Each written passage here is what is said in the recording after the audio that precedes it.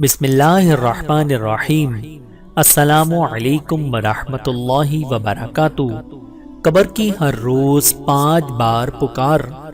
نبی کریم صلی اللہ علیہ وآلہ وسلم نے فرمایا کہ قبر ہر روز 5 بار یہ کلمے کہتی ہے۔ نمبر 1، میں فقر و حاجت کا مکان ہوں، میرے پاس خزانہ لے کر آؤ۔ نمبر 2، میں اندھیرے کا مقام ہوں، میری طرف چراغ لے کر آؤ۔ نمبر 3، میں مٹی، پتھر، ڈھیلے اور کنکر کا مکان ہوں، لہٰذا اپنے ساتھ بچھو نہ لے کر آؤ۔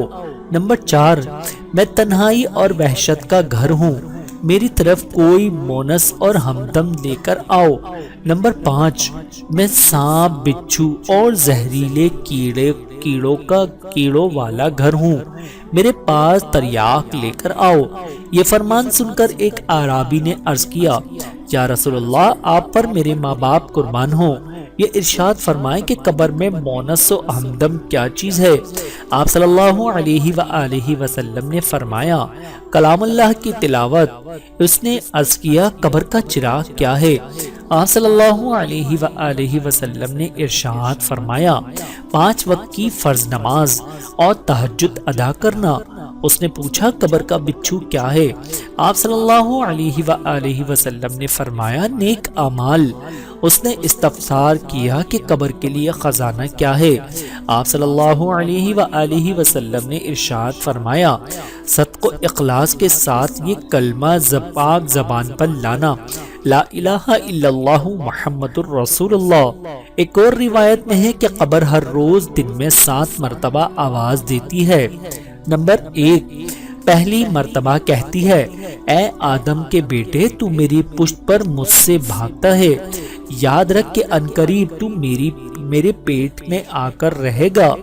نمبر 2، دوسری بار کہتی ہے کہ اے فرزند آدم، تو میری پشت پر مجمع کے ساتھ چلتا ہے، یاد رکھ کہ عنقریب میرے پیٹ میں تنہا آ کر رہے گا۔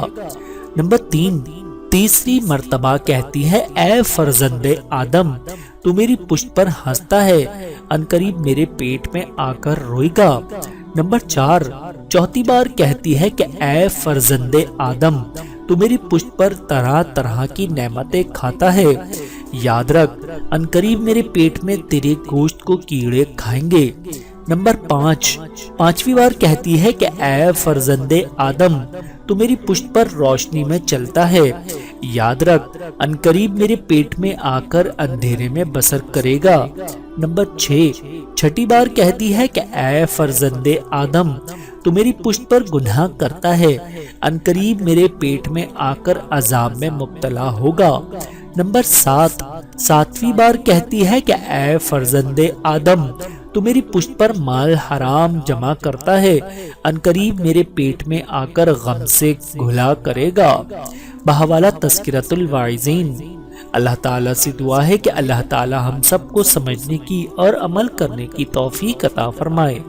آمین ثم آمین۔